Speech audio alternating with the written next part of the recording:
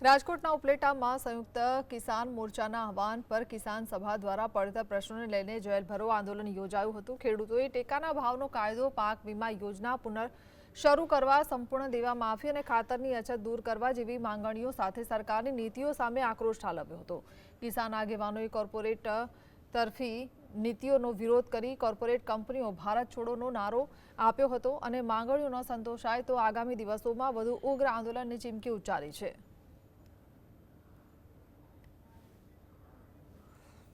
દેશની અંદર જેલભરો કાર્યક્રમ રાખવામાં આવેલો છે। એના ભાગરૂપે ઉપલેટામાં પણ રાખેલો છે અને ખેડૂતો અનેક સમસ્યાઓથી પીડાઈ રહ્યા છે, જેવા કે અત્યારે હાલની તકે જે પાક વીમા યોજના હતી બંધ કરેલી છે।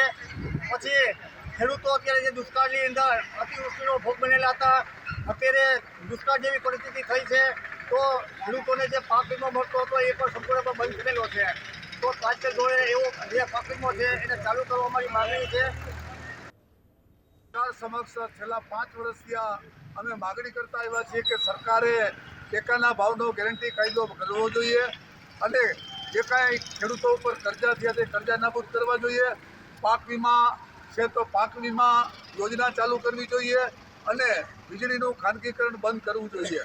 ખાતરની અછત દૂર કરવી જોઈએ, ખાતર બધાને આપવું જોઈએ।